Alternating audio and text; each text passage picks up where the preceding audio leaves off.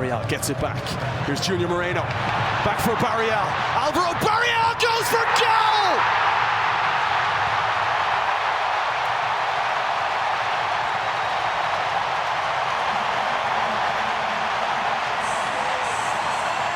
And the Supporters Shield champions have liftoff! Drifted to the far side.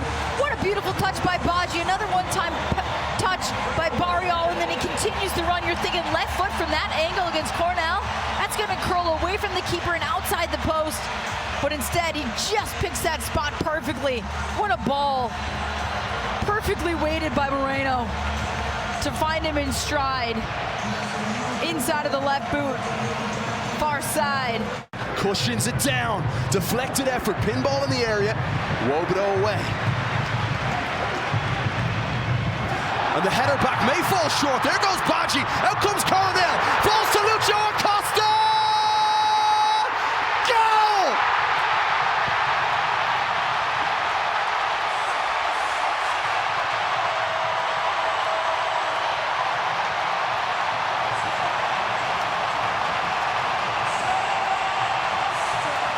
Feel that play developing here. That was the first header.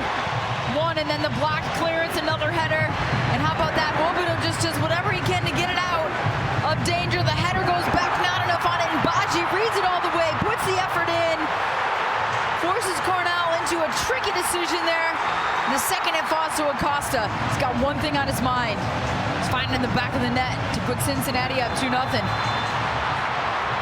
unfortunate error there by the Red Bulls. Cincinnati makes them pay. It's going to be a tough hole to climb out of.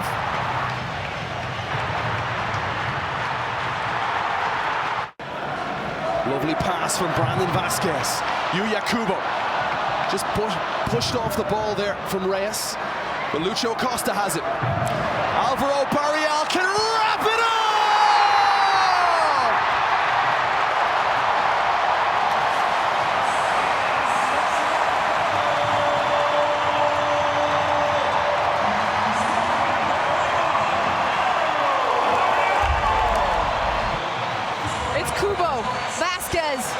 Luciano Acosta just sees the run on the outside of the boot, passes it with the right.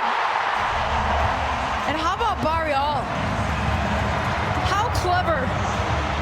Just kind of pops it up to himself, the half volley out of the air. That lethal left foot, no doubt. Back post once again. And good evening, everyone. You all saw what went down, what went wrong over in Cincinnati. Good evening, everybody, and welcome to episode 92 of New York Red Bull Discussion Group, the podcast. I'm Gary Redmond. Lots, of course, to talk about and get ourselves ready for the match. And we're going to do a recap of FC Cincinnati versus New York Red Bulls, basically based on what you just all saw this not too long ago. Well, I don't think there's much more of a recap than that. Of course, we're going to go with the preview of the match that's going to take place on this Saturday at Red Bull Arena. And, of course, it's game 2 of the 3-game set. Of course, we're going to have Anthony Merced, which is our this week's special guest, and he's going to talk about everything about New York Red Bull 2 and Gotham FC. Plus, he's going to have some news updating about the transfer window that might happen shortly after what happened on Saturday night. Of course, not to mention, there is another playoff game for excitement for those of you in Gotham FC to take on the Portland Thorns on November 4th. And that is a one-and-done deal. That is the semifinals. They're one game away of making to the NWSL final. Winner to take on either OL Reign or, of course, San Diego team. Of course, any live audience, of course, the final word from you guys, of course, max predictions, of course, was the dangerous part, of course, in our podcast. And in case you missed the final show, kindly please don't even worry about it, because after all, this is your show. Okay, the final the recording will be available on our YouTube channel and Spotify.com the very next day. You can also check out our previous episodes there as well. This is season number 3. All of our episodes will be uploaded once the season is all said and done for your listening and viewing pleasure. And of course, because we always say that this is your show, we want to make it better every time we go on air. So if you have any hot takes, suggestions, comments, good, bad, or indifferent, we do have an email address. So if you have anything on your mind, you want to help us make the show even the better one out there, send them our way through our email address, which is RBDG the podcast, one word, at gmail.com. Once again, that's RBDG the podcast, one word, at gmail.com. Now, I know a lot of people were upset with me because I had to bring that out there for everyone to see, but because after all, we are contractually obligated, I guess, to put highlights on the screen, even if they're bad ones. After what we did do, when they won, well, they lost. This is what we lead off to, which my co-producer, Carlos Cano, and, of course, my co-host, of course, Miguel Nunez, is right now heated with me because I led off with that segment. And I'm sorry, guys. I didn't mean to do that to y'all. But, hey, like I said, we are obligated to do so. So, Carlos, Miguel, welcome, man. That's so. You know, I want to say how was your weekend, but something tells me one of you had a great weekend. Everybody else had to, suffer in silence. Yeah. Arsenal won. Barcelona lost. Man. Hey, man, my Giants was like a big fat egg, man. Oh yeah. Well, if you're a football fan on either side, you had a really crappy weekend. Even though obviously someone won that game. Yeah, somebody had to win that game. Well, they didn't have to. Could have been a tie, which it probably should have been. But here we are. Well, speaking of here we are, game 2 is upon us on this Saturday, which has now become I hate saying the cliches, must win for the Metro Boys. But let's rewind the clock back a little bit for that game. The Red Bulls were doing quite well for about a couple of minutes, Carlos, and then suddenly they stubbed their toe, not just once, but embarrassingly twice. Well, really more like 3 times, but the third time, whatever, it is what it is. I mean, there's not much else to say beyond that, right? They started off strong. I mean, the only thing I took consolation in was that they kept up the energy and the tempo through the whole 90 minutes, which is not typical. It didn't mean anything because it didn't translate onto the scoreboard, which is ultimately what you need to happen, right? You need to score goals in order to try to win the game, and that didn't happen. So, here we are. They lost that game. We were talking about it, Gary, before the game started on that, how do they approach this? How do they go about it? And I think they did that. You saw a lot of changes right at half, given that they were already down. So a lot of changes were made, but nothing really came of it. But at the end of the day, like it or not, as I said, they didn't have to win that game. Now they have to win this one, right? That's really what we're talking about here. Because again, you win the first game, then the second game becomes, okay, if we win it, then we clinch. If not, then we have to go back and do it all over again in Cincinnati. Now you're in you're in a do or die. That's how these 3-game series are going to end up working out. So hopefully they can get the job done at home. Miguel, when you saw this lineup, of course, there was one particular omission, and that was Daniel Edelman not in the midfield. What was the first thing that came across your mind? Was it more like, oh, or oh no, without him present in the midfield?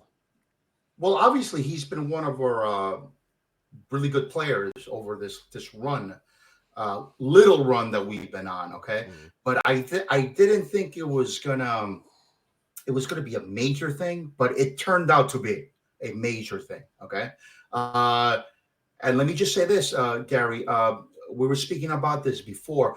We did lose 3-0. Okay, but we might as well have lost 1-0. Okay. If we would have lost 5-6-0, they have one game under their belt as a win. Okay. So we win the next game 1-0. That's it. It's tied because there's no aggregate. Okay.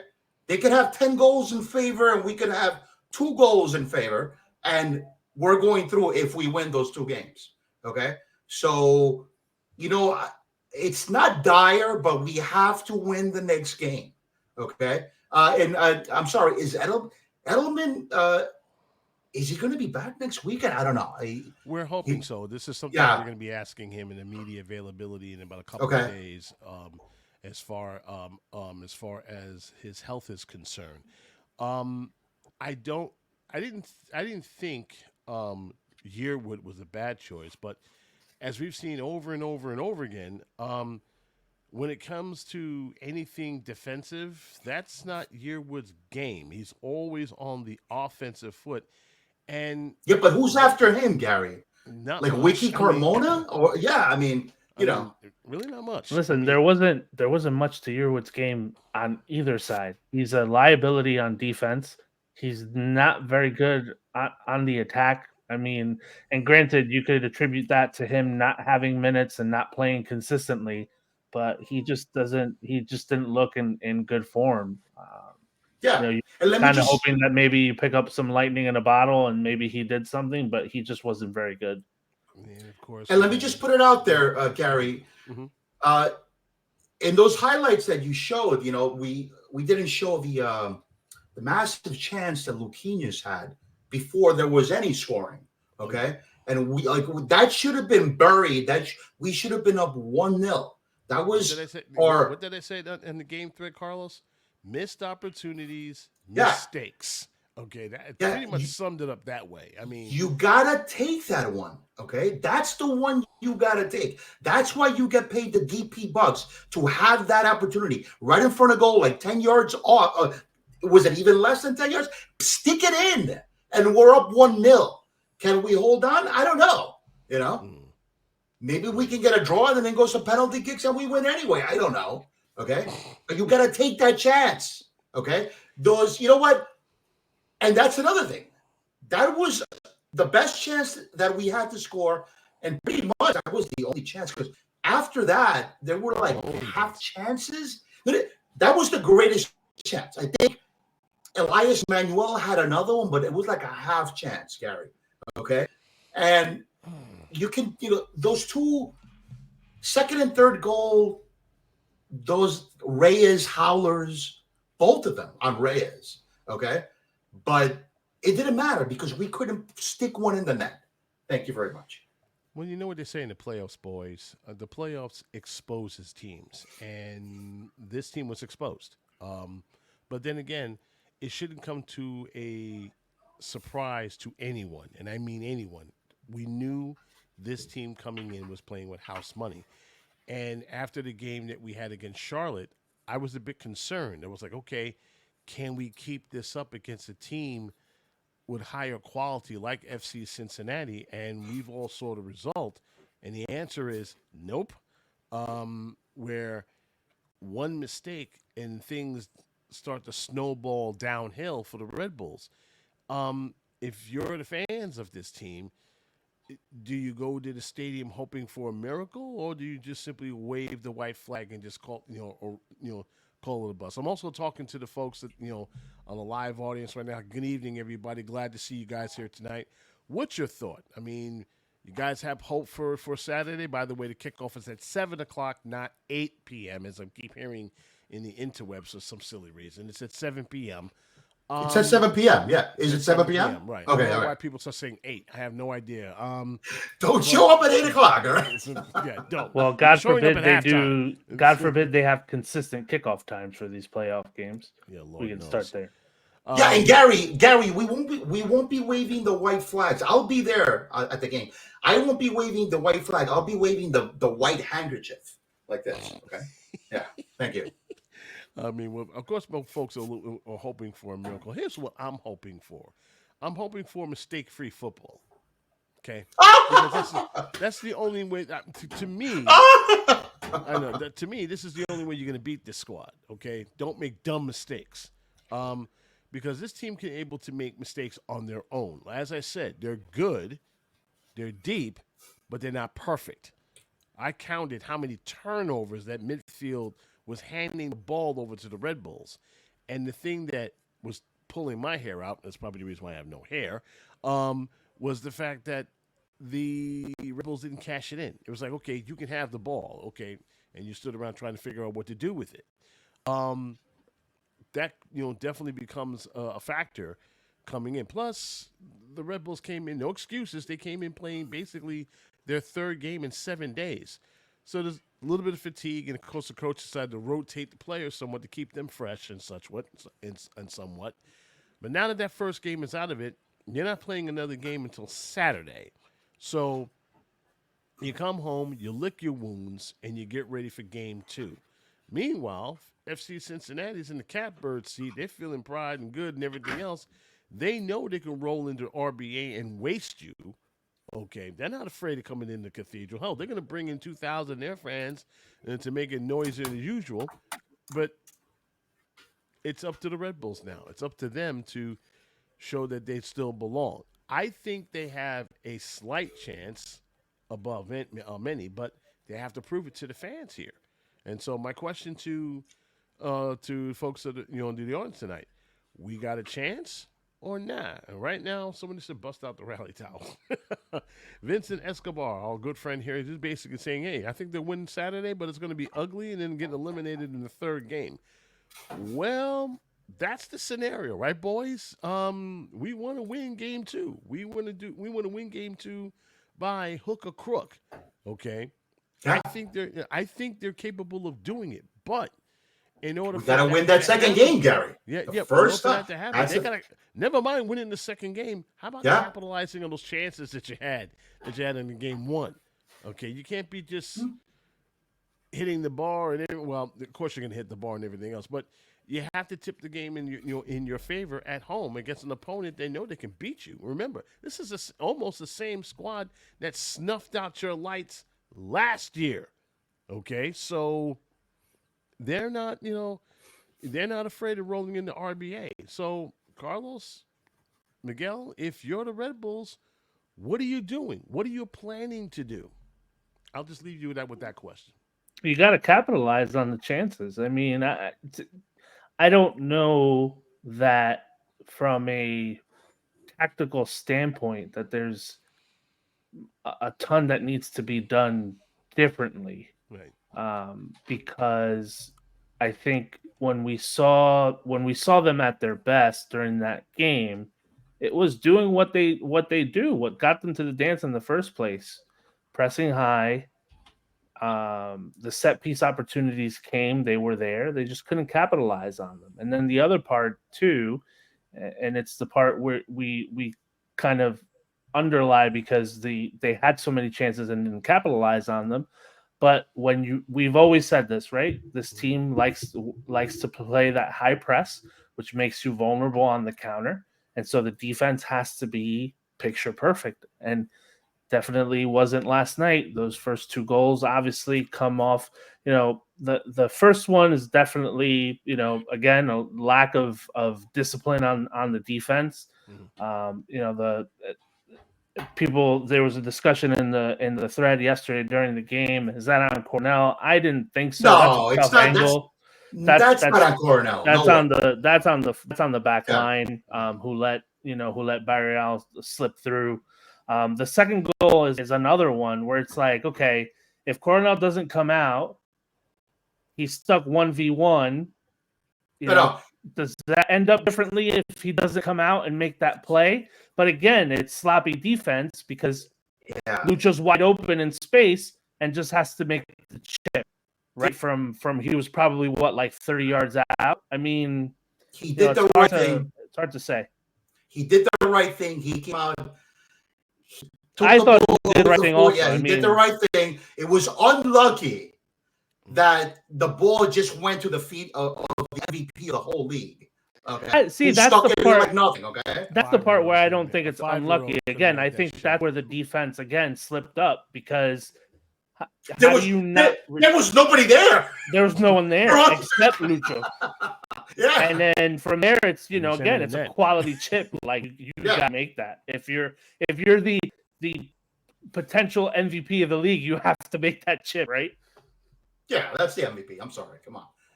I mean, it was just him and net. That's it. Yeah, I mean, if he had missed that, I mean, he would have to bury his head. And the third goal was just at that point insult to injury. Like it didn't, whatever. Like it was what it was. But that was on Reyes also. Come on.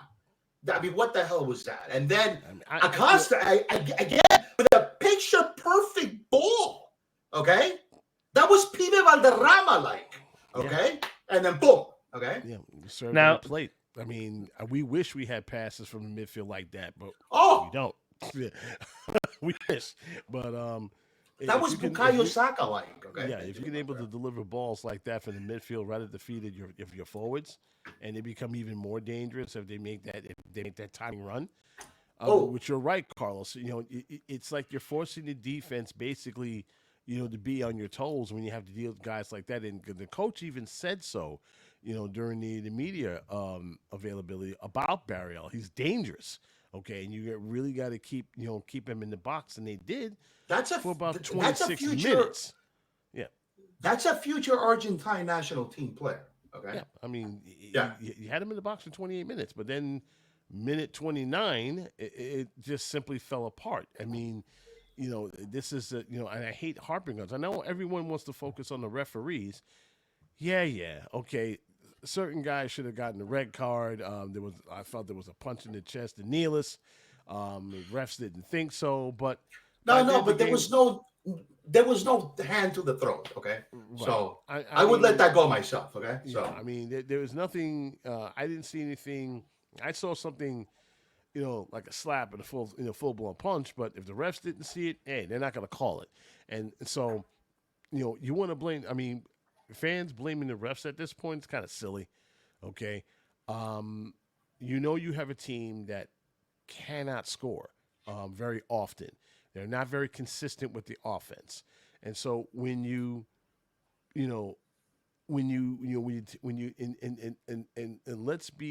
let's be fair here. Cincinnati is not a scrub side. We've been saying this. They've been leading the league. They were ruling the roost. They earned that number one seed for a reason because they're a very good team. Hold on, let me finish. Go ahead. Let me finish here. Okay, a good team. And then when you face teams like this, Miguel, you can't make mistakes knowing that you have shortcomings. Okay, knowing that you don't have the guys that can put it in the net. You take those opportunities when given to you, and then you take it by the horns. Excuse the pun. But if you don't complain when they run down the field and shove the ball down your throat. Go ahead, Miguel. I was just gonna say, can you imagine if they actually won MLS Cup, man? Forget it. That's it. I mean, there's a couple of teams I feel that. Oh my God! There's a couple of teams that I feel that they can take them on, but the only difference, between them and us, their organization and us, is they have a GM. They have a bona fide GM. We have two guys that are trying to. That guy used to be a player, a Red Bull player. Yes, he Their was. GM, yeah. Yes, he was. Oh, yes, Can you he imagine? was. Huh. Yeah. Okay, so it's it was a frustrating loss. It was something that I was afraid this was going to happen. I just said to myself, "Oh dear, what if these guys? We aren't playing Charlotte FC. I mean, we all knew we can get past Charlotte FC. There were some folks who were thinking that this was winnable. I still believe so, but it's kind of hard where you dig yourself a hole and then you shoot yourself with a shotgun. That doesn't work here. It would have been a winnable game. Actually, we could have tied the game at 1-1, and we could have gone to but they make those. No. But what I'm saying is they make those two horrible errors. Reyes. I mean, and that's it. We're down 3-0. And that's it. It's a mountain that's too high for us to climb. Okay. But if it would have stayed at a 1-0 for throughout the game, we could have done something. Stolen. A smash and grab, as they called it. Okay. Yeah. But what are you gonna do? We just got to look forward to the next game, Gary. Okay. All right. Team of destiny, as lots of people have said. Okay. There you go. Team of destiny. I think folks need to pump the brakes here when it comes to this team. Let's do some homework here. 3-0 to FC Cincinnati to the orange and blue. Barriel, who scored the 23rd and the 89th to finish it. Acosta with basically the open net that basically made us all look like fools for the evening. The one thing that folks want to point out is that if you take a look, 9 shots on goal, 3 on target. Okay, they didn't do very much, but they got 3 goals. Meanwhile, Red Bulls, as usual, scored 16 shots, 5 on target. It was a testy game, 19 fouls to 15. Someone should have gotten a red card, but we already done discussing that at that point. So, we shift the focus now on, game 2 at Red Bull Arena, and it's a must-win game, and folks are feeling a little antsy and nervous about that. And, of course, we have our friend Bartosz Kowalski getting ready, warming himself with the I told you so dance. Want to tell everybody about that. But no, I could say it, Gary. I could say that. I could say I told you so. Can. Okay. Yeah. I just want my team to win every freaking time. Okay. But I think I don't know. I think when I see Bartosz's posts, I think he wants his team to lose for some reason. I don't know. I don't know about that. I think he's tired, just like most of us are tired of the same song, different verse every single year. Please. Where we always make the playoffs and we're supposed to be celebrating. Listen, not a 14 years in a row. 14 years in a row. We're doing well. We're successful. Here's our making the playoffs cup. Okay, there you go. I mean, no, okay. I've said this like 1,000 times. I'll say it one more time. Hopefully, it will knock some sense of some of these smokeheads. Look, kids, making the playoffs is a requirement. It's not an accomplishment. You got half your conference making it, okay? For the umpteenth time, we were the Charlotte and the Red Bulls were the 8th and 9th team in the conference to make it. There's a reason why we had to play Wild Card Wednesday. There's a reason why we're playing the number 1 seed. And our chances of advancing are low, even lower after what happened last night. So while if we can able to manage to get back on our feet and able to slap them for once, we have a chance to do something which very few teams do in playoff history, and that is to knock out the number 1 seed. That's something that would be worth celebrating. But right now, let's all pump the brakes while we ingest yet another dose of reality. Speaking of which, there is one man who is about to deliver reality in his own brand, and that man is Anthony Merced. After the break, he's going to give you guys his dose. Anthony, I say this for our folks at the live audience, do be gentle. See you back here in 30 seconds.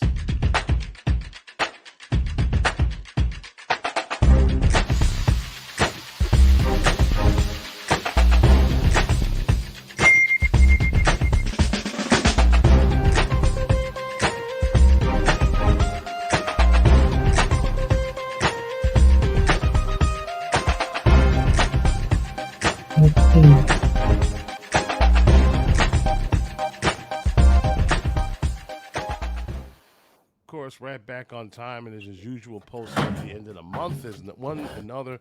Anthony Merced of Red Bull News Network, of course, my colleague and my boss at the same time.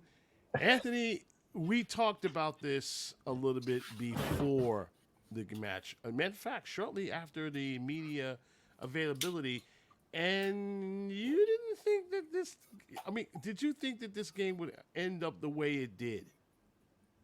Scoreline wise or gameplay wise? Gameplay, both. Let's focus on the game. Let's focus on the scoring aspect of it, because from what I saw, the team was getting underneath Cincinnati's skin for a little bit. Cincinnati was getting frustrated, and everything went well. And then, minute 29, the roof caved in. So I mean, So here's something. So first off, and here's something that and I know my podcast isn't out yet. Talked to Joe Goldstein earlier today, and it'll be out tomorrow. The one thing we focused on primarily that I think has not been focused on was Daniel Edelman's injury, and the reason why that's such a big deal that a lot of people don't talk about because they don't notice it. They never pay attention to what happens in that midfield to defensive shift. Right. Is that when the main offensive players go forward, Edelman acts like a fourth or sometimes fifth defender that drops in when Tolkien or whatever happens. The reason why Yearwood has not been a starter is because his gameplay is going forward. So he and Maya are on the same page when it comes to their type of offensive capability. Now, people will go, well, then why did you play Yearwood? Because you had nobody else on the bench. Okay. You had nobody else to go to. You had Edelman injured. Stroud is not ready. Love Stroud. I think he will be ready in a year or so. But he's not the kind of guy that in the first game of the playoff, you go out there and go, hey, do everything that Daniel Edelman does. Cover for Tolkien moving forward. Cover for Reyes going out of position to get a header. No, you can't do that. So he took a calculated risk. It didn't work. But you do what you got to do in that moment. You rest the players that you have to do and make that happen. Now, he did try to make substitutions at halftime. Brought in Shad for Yearwood. Yep. Took out Fernandez for Harper. And Nealis was an injury substitution that we found out after the game as well. So we're left with this, like, he did try. Did it work? No. Did what we saw on the field reflect the style of play that they would have liked to? Yes. They gave up one extra goal. Look, say whatever you want about the Reyes goal. Was it a screw up? Yes, it was. 9 times out of 10, that goes back to Coronel. He boots it up the field and nobody cares. Borriel's first and second goal, very good goals. You got to take advantage of your opportunities. They didn't. This is Red Bull all year long, essentially.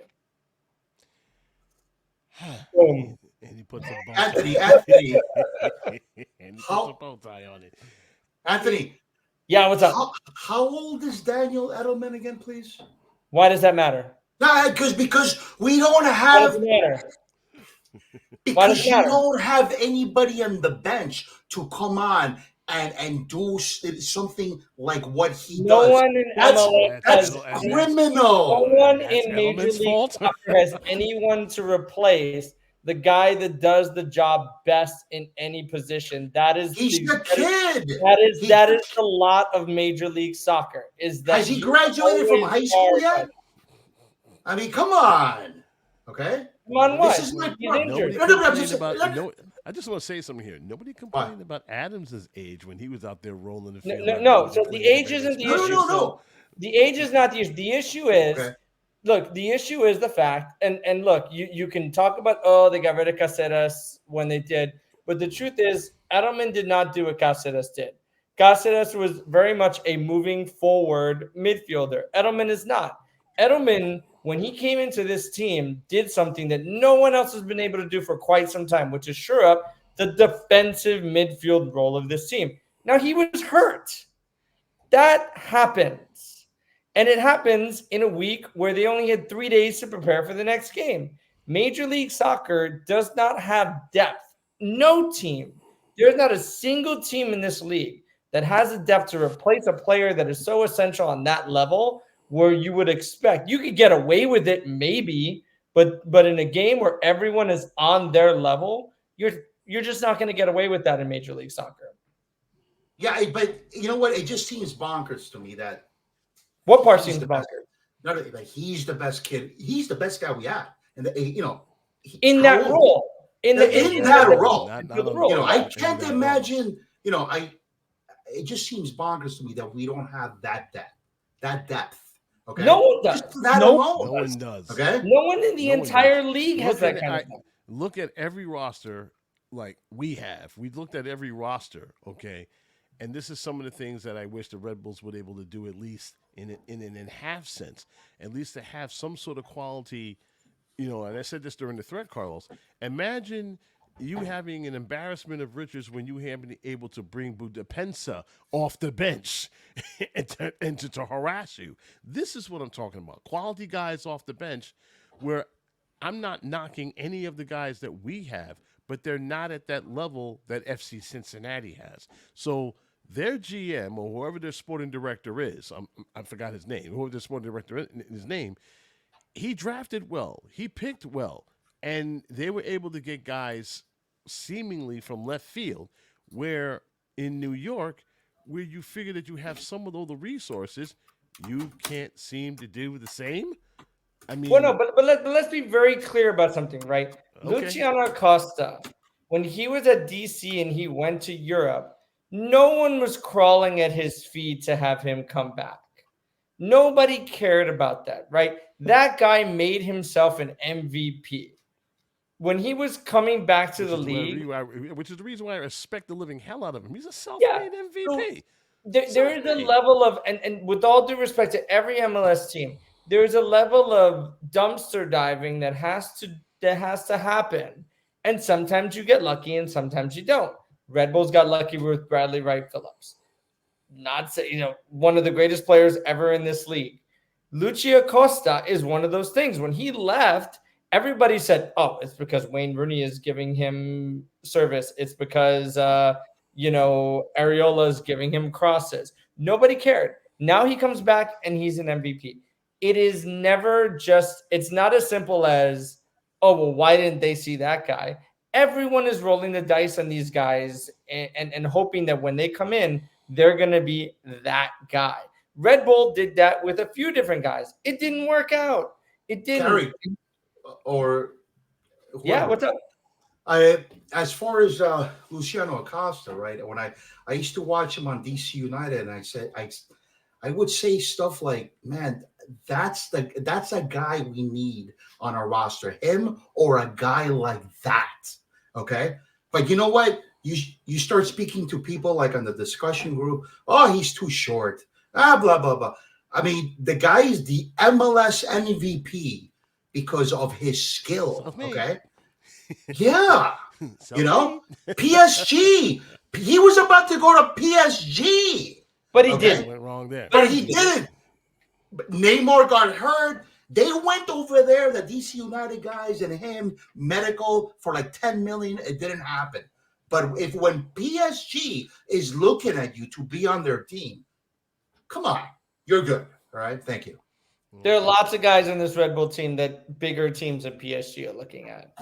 Well, let's talk about, I know it's too soon to even mention this, but we might as well get this out the way. We're going to talk about naturally the offseason. Now, you and I, Anthony, we chatted about some names that have been thrown about in Red Bull Global or looking at kicking the tires, as they say. One guy that I wish we would have, he's not coming, and that is Mr. Poulsen. I believe he signed a new deal with Red Bull Leipzig. Yes. So he's staying put right now. He's not coming. But other guys, they're looking at to bring over. But some fans are not too happy about that, and I'll explain why. They want, they don't like the idea of sloppy seconds aspect. I get it, okay? What they don't see is guys like me who watch Leipzig and other teams, and they're lighting it up everywhere they go, where MLS is not the league people think they are. So, also, let's not forget, as soon as the final whistle is blown after MLS Cup, and I say this, to all the people that are listening to us, there's going to be a ton of free agents after this season. Choice guys, MLS guys. NYCFC just cleaned house. They cut 9 guys, off their roster. 2 of them I would love to have on our squad, okay? Who's that? I haven't even seen that, Gary. Go ahead. It's on, NYCFC recently just, put out a release saying, okay, we have cut loose the contracts of a couple of people. Usually these are guys off the bench. But if you're not careful, if you were very careful to look at it, if you're the type of player that, if you're the type of team that can pick up a few of these guys, like you said, Anthony, there's a lot of dumpster diving going all over the place in the league. If you're lucky, you might pick up a diamond or two. You might pick up a choice nugget or two, and they can be had for a song. So the only concern that I'm worried about is the type of people who are currently in charge of building said team, and based on their current track record, doesn't give me a whole lot of hope. Your thoughts? Well, first off, I think we need to look at this year as a totality and look at what this team did not have for a majority of the year. their best player did not play at all this year, Lewis Morgan. Nope. They did not have their DP striker. When he did play at his best, he was actually quite effective, but had quite a few injuries in Dante Van Zier. You had, Cáceres moving on, which he was meant to move on 2 years ago. So, we were lucky to have him an extra year, however it was. Corey Burke did not work out the way that, whether it be injuries, personal issues, whatever it is, nothing worked out. What you were left with was the third and fourth best striker options, and the rest and a young team that had to do the best that they could. And the fact that we're now talking about, holy crap, they made it here with that, really shows you the fact that they do have the depth that everybody wants. Now, did they go out and sign, I don't know, pick your famous person that'll never come to MLS? No, they didn't. And they won't, because no one in this entire league signs anyone like that. They sign people that are at the end. Hey, hate to break it to you, Lionel Messi went to Miami because he already had a house there. It's things like that. Are they on the right path? Yes and no. Yes, in that they are a few pieces here, a few pieces there. They could be there. Let's talk about. Yeah, go for it. Yeah, let's flesh that out for everyone to hear, because from what we're hearing, of course, in the discussion group, the organization is going backwards, or they're standing still. Pick side what you want.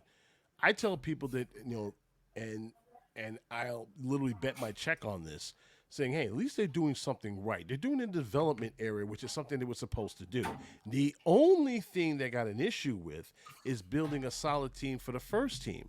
Now, if you're not, if you're not good enough to do that, then you're wondering, okay, then someone needs to walk out the door, because you're not putting in, teams that fans want to come out and see. Never mind big names. I'm talking about a strong, competitive side that can able to not just win games, but hunt down trophies just for the heck of it. But this is something you and I talked about a lot of times, within Red Bull Global. There's somewhere in the management structure, and I don't know what it is or why it is, that they're not pulling their own weight. This is a what have you done for me lately business. And based on the track record, people are not seeing it. Of course they see Messi, and of course they get their eyes bug out like Miguel. Their eyes bug out. So we want, they want the big, they want the big shiny toy. And Miami's got it, but he's not going to be here for long. And by the way, Miami moved up one place from when he got it. They went from 15th to 14th. So congratulations for them. Yeah, but at the end of the day, what did they get? A trophy, and they're going to be competing, in a international tournament. This is what, and they almost had two. Yeah, they almost had two, Gary. Casual fan, right? You're right. That's two meaningless trophies that nobody cares about. Okay, you say that nobody else cares, but we know this, Anthony. We know this. We're actually having a very strong debate, folks. We know this. Okay, Anthony is right. To the casual, Gary, right. Anthony is right. He's right. But to the people care. To the casual, people care more about trying to make a point. How dare you? I'm gonna go ahead. But you're absolutely right. Both of you, you're 100% right. But that's not what the casual fans see. They see Messi. They see trophy. They see big tournament. It's like a kid with big sign. It's like, of course, the rest of the soccer fan don't give a damn. Really, I mean, you didn't make it out of last place. Who cares? But for a team that struggles to fill their own building, and we see this in every tease, every tweet, every meme, this is what casual fans see all the time, every time. And they all that's the reason why they came and sold out the building, and people had to pay absurd prices just to see this guy do a highlight reel. Now, do I think the Red Bulls need to have something like that? No. Okay, what I do want is for them to give the market what it demands. Give them a strong team for them, even if it's just soccer fans. I don't care. The casuals can figure it out, while we're in first place. I remember when teams were, Carlos, we talked about this. The Red Bull teams were in first place. Nobody cared. We didn't even get a mention on the radio. It was the Yankees, the Mets, and what have you. And that was basically it. It was a frustrating, it's a frustrating time right now to be a Red Bull fan. Gary, this is a niche sport here. This is a niche sport here. I know. Okay, it's my niche. Okay, because I'm casual with everything else, but it's my niche, and it's a big enough niche that if you got some players worth watching, the stadium would be full or near full. Okay, I would take. That's not true, because it wasn't true. It wasn't true when they had Rafa Marquez or Tim Cahill. Rafa Marquez, they had 18,005 on a regular basis. And people were still complaining about the upper deck. I would take that.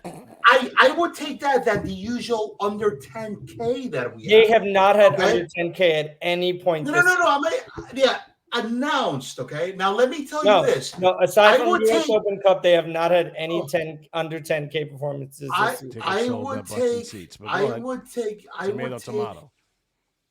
would take. Okay, so it's my niche. I would take the U.S. Open Cup and celebrate it like because it's an actual trophy. It's not a freaking shiny plate that I don't care about that crap. Okay, I would take, like an actual cup. I'm not talking about we've made the playoffs trophy. Okay, I would take the making like actual good decisions. Like for instance, don't trade away Brian White, who has scored 16 goals this year, okay? And keep Barlow, who's ass, okay? Okay, stop. Okay, so the Tom Barlow thing has got to stop.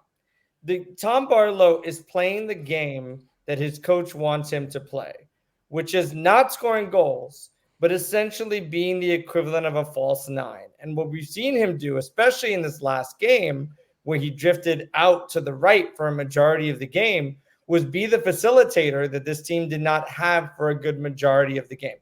If you want to say that Tom Barlow, if you want to put on Tom Barlow that he should score 15 goals a season, that's your assessment of him.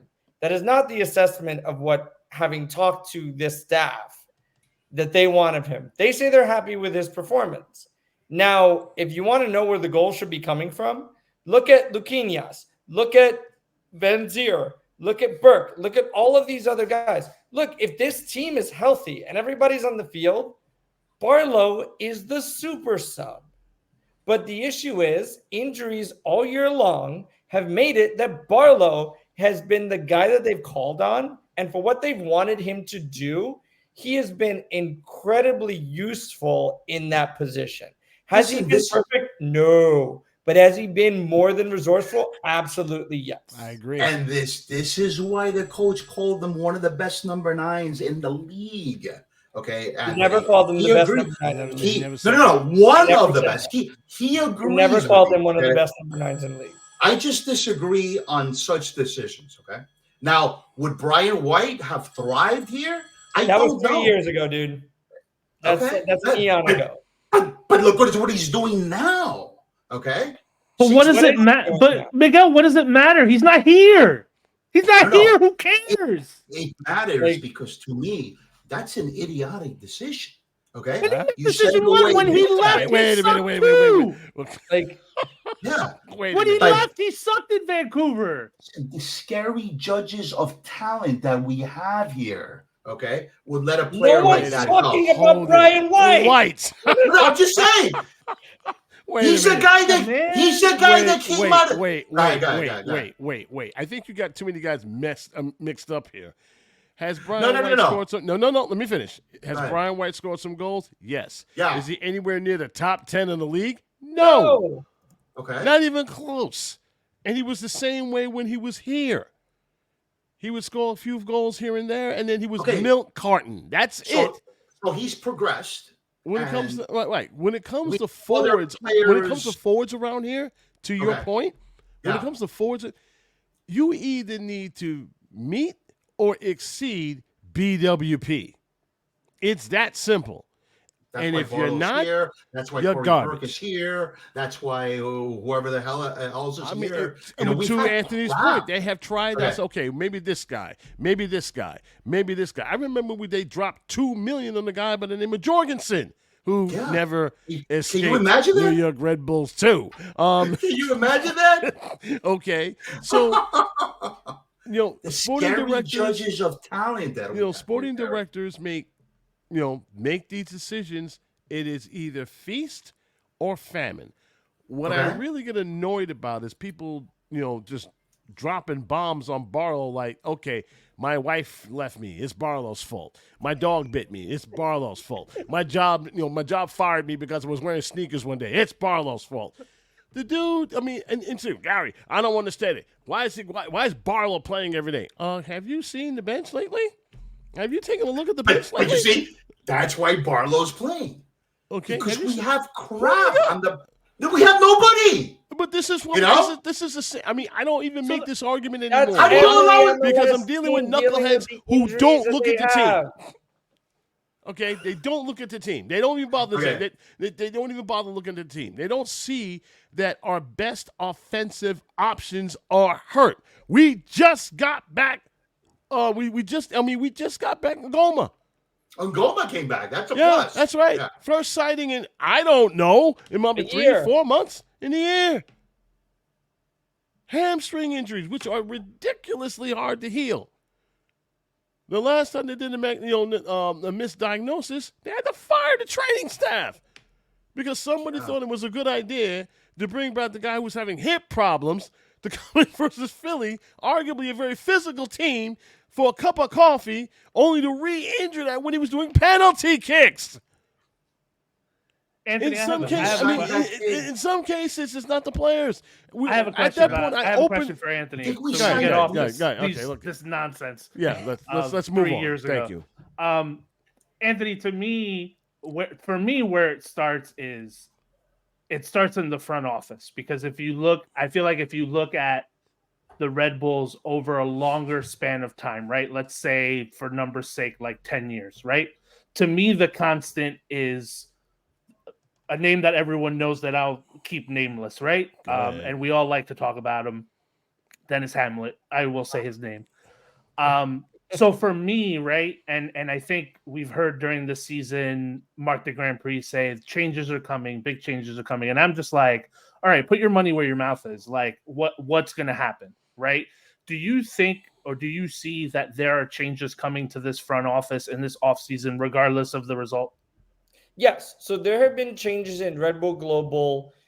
So for those that don't know, just to give a little bit of backstory, when Dietrich Mateschitz died, who is the owner of Red Bull. So people, again, okay, even wider, Red Bull has never been a public company. Red Bull has always been a privately owned Austrian company, which is why they've been so secretive.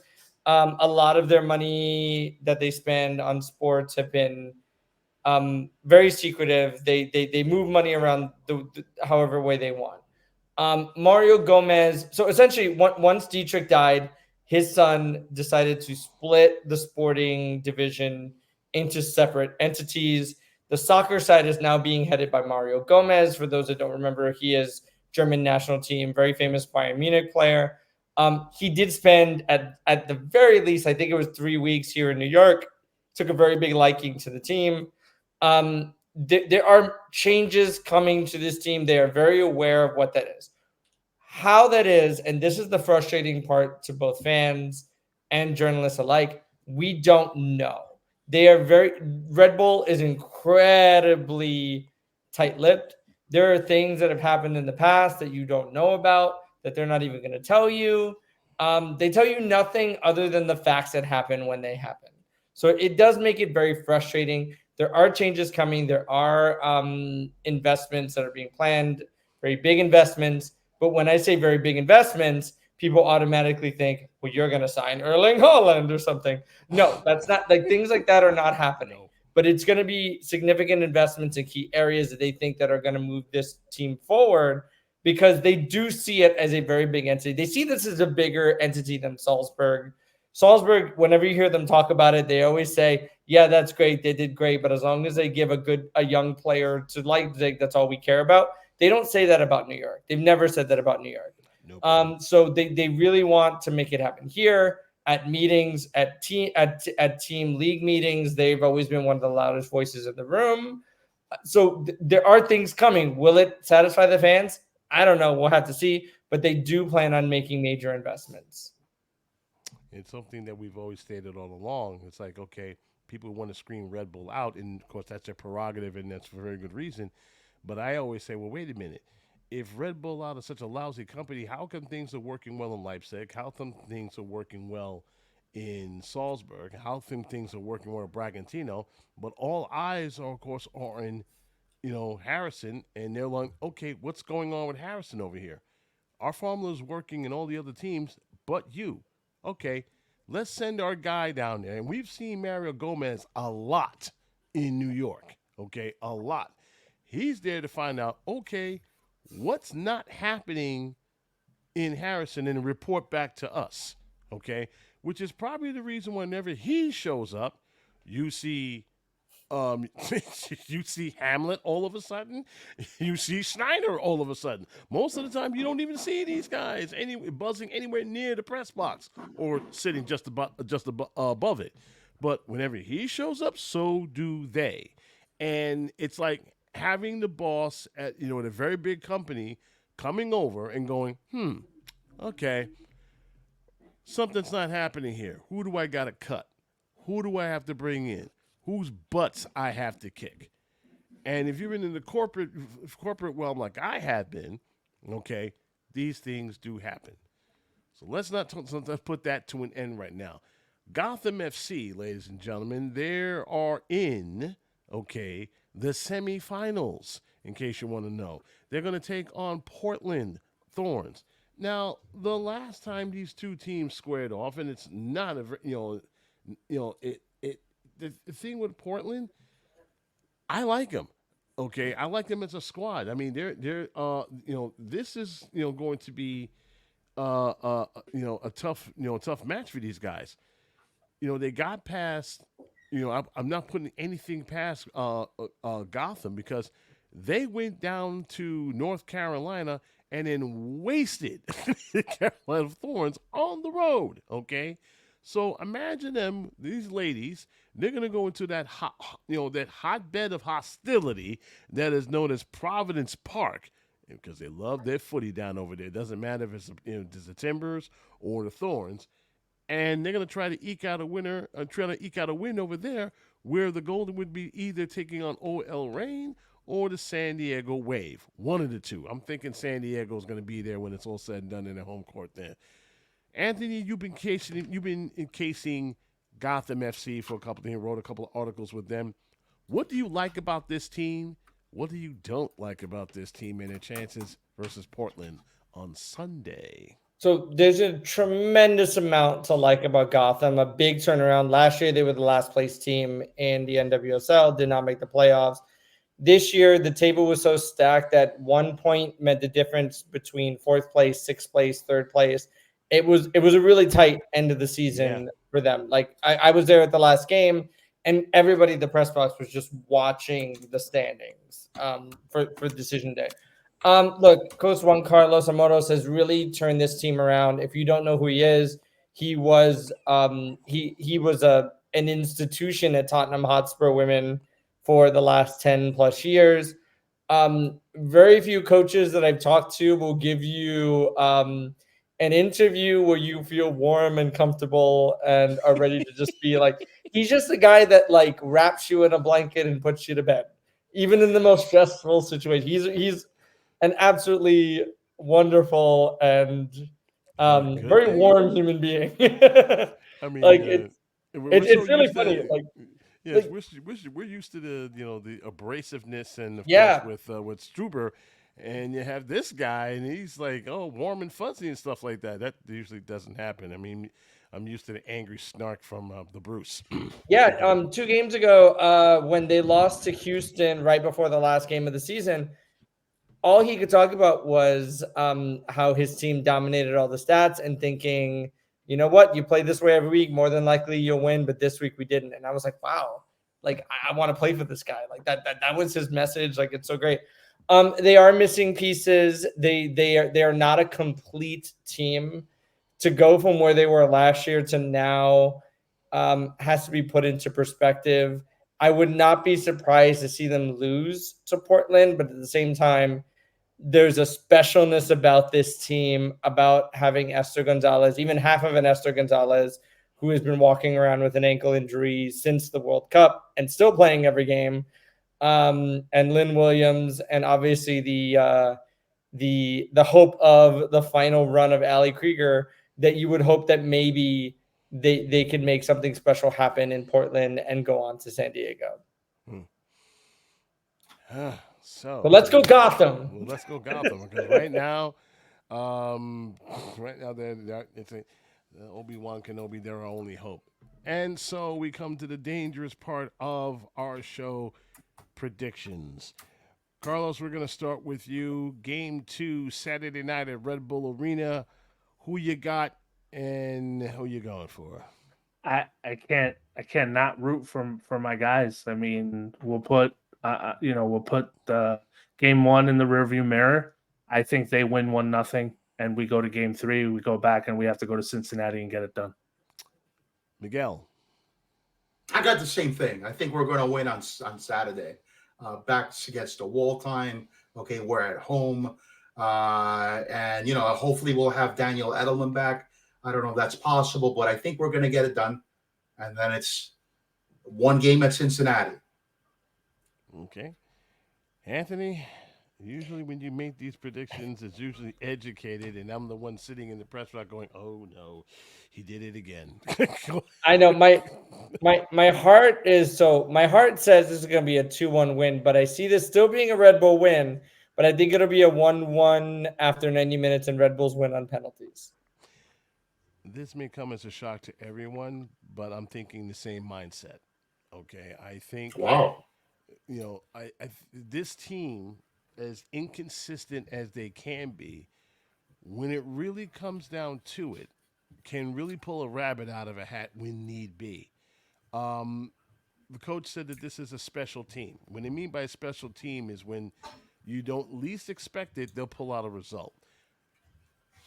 I'm not hoping I'm wrong for this, because I want to see this happen. I want to see some drama. They score a goal, then hold on to the skin in their teeth, and somehow FC Cincinnati punches one in late.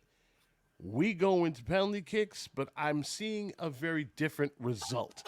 I'm seeing they're going to able to, make it maybe 6-5 or 5-4, whatever the case may be. It's going to be tight. Since he's coming in for the kill, Red Bulls are holding on to dear life. There's something about that team that plays pretty well at home, knowing that they don't want to be the crew to get knocked out by this crew twice, okay? And that's what you're looking at right now. This is the same dude. These are the same dudes that got punched out during the playoffs last year. They're not doing okay, not again, not here. So they have to draw a line in the sand. We're hoping that is the case, and we'll maybe walk out of there with a win, and then force game 3. For Gotham, however, looking at their times they faced each other, they're pretty tight games. The last 2 games, Portland won 1-0. Gotham got them on July 9th 2-1, and it was a tight affair even back then. Portland Activity is no. paused. Oops. Portland Activity is completed. okay. Somebody needs to mute their phone.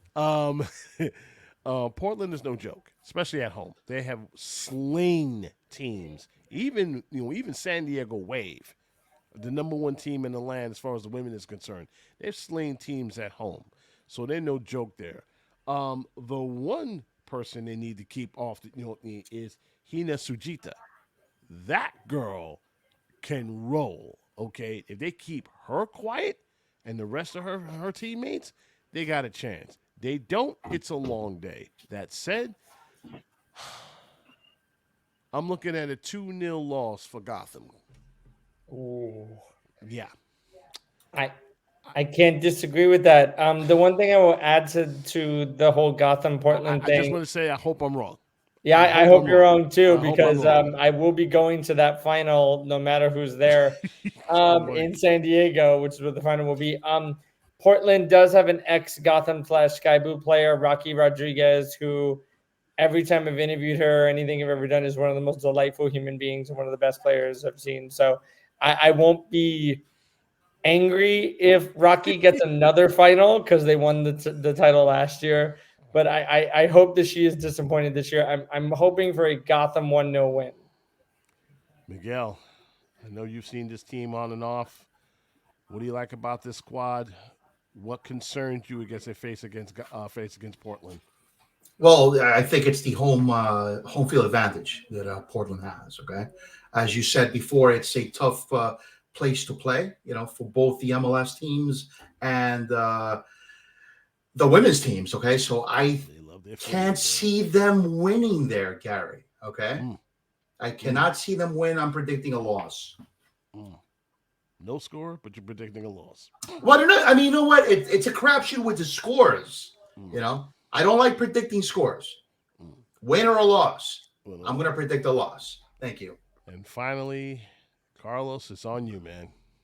I feel like any team that goes up to Portland, I mean, that home crowd is just, such a game changer, right? So it's a tall task. So, my heart obviously wants Gotham to win. I think they have what it takes to pull it off. I'll say that. But I think they lose 1-0. Do they have that upset sauce in them like they did against North Carolina? We shall see. One way or another, gentlemen, soccer season in the New York metropolitan area is either going to continue or it's going to come to a disappointing end. We're hoping for the former and not the latter. As always, Anthony, tell the whole world where they can find you when they're not seeing you here. Yeah, so the best place is to go to redbullnewsnetwork.com, read the articles from myself, Gary, and Dan Feuerstein, our favorite Dan Feuerstein, who will still be with us, even though he will be moving on to Florida. Yeah, I saw that announcement. Yeah. Yes. I mean, I told him he's not leaving here until we have dinner together with the missus and everything else before you go. I will say this. Leaving. I will say this out loud now. Our final dinner will not be at his original place. I was in the car with him and he goes, "Oh, great, we can go to Outback Steakhouse." I was like, "Dude, I'm thinking you to a place way better than Outback Steakhouse." No, it ain't happening. That's not happening. I ain't doing Outback. Look at the menu and figure out what you want, and we'll get it from a better place. That blooming onion put me in the hospital, man. No, I'm not doing that. Listen, if I could say something before we go, like the best thing about this season, the way it turned out at the end, that we actually avoided an American relegation. Okay, so you've had a bone to pick with this man ever since then. And you wait until the very end to bring this up. I freaking forgot. I'm sorry. That's really pointed because in the off season, whenever that happens, we Red Bull News Network will be starting a podcast, a debate podcast, to talk about certain topics. And one of the first topics we'll be covering is promotion and relegation in the United States. Hopefully, Miguel, you'll be available to. Please, I am available. Pencil me in. Okay. Oh boy. There's going to be T-shirts, Anthony. There's going to be T-shirts, Anthony. So submit your site to Gary, okay? For next year. Anthony, as always, man, thanks so much for joining us.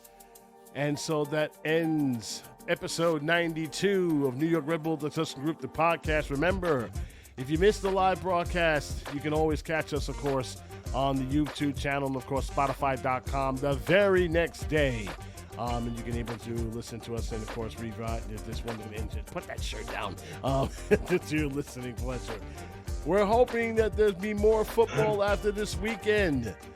At least I like to think so. Well, there is going to be more football after this weekend. Yeah, of course, naturally. We know we're not talking about MLS. But anyway, all right. We're going to thank Carlos Cano, Anthony Merced, Miguel Nunez. Thank you guys so much for hanging out with us this hour. We appreciate your support, and we'll see you next week. Hopefully we can have some good news to bring as well. Until then, good night, everyone. Goodbye for now.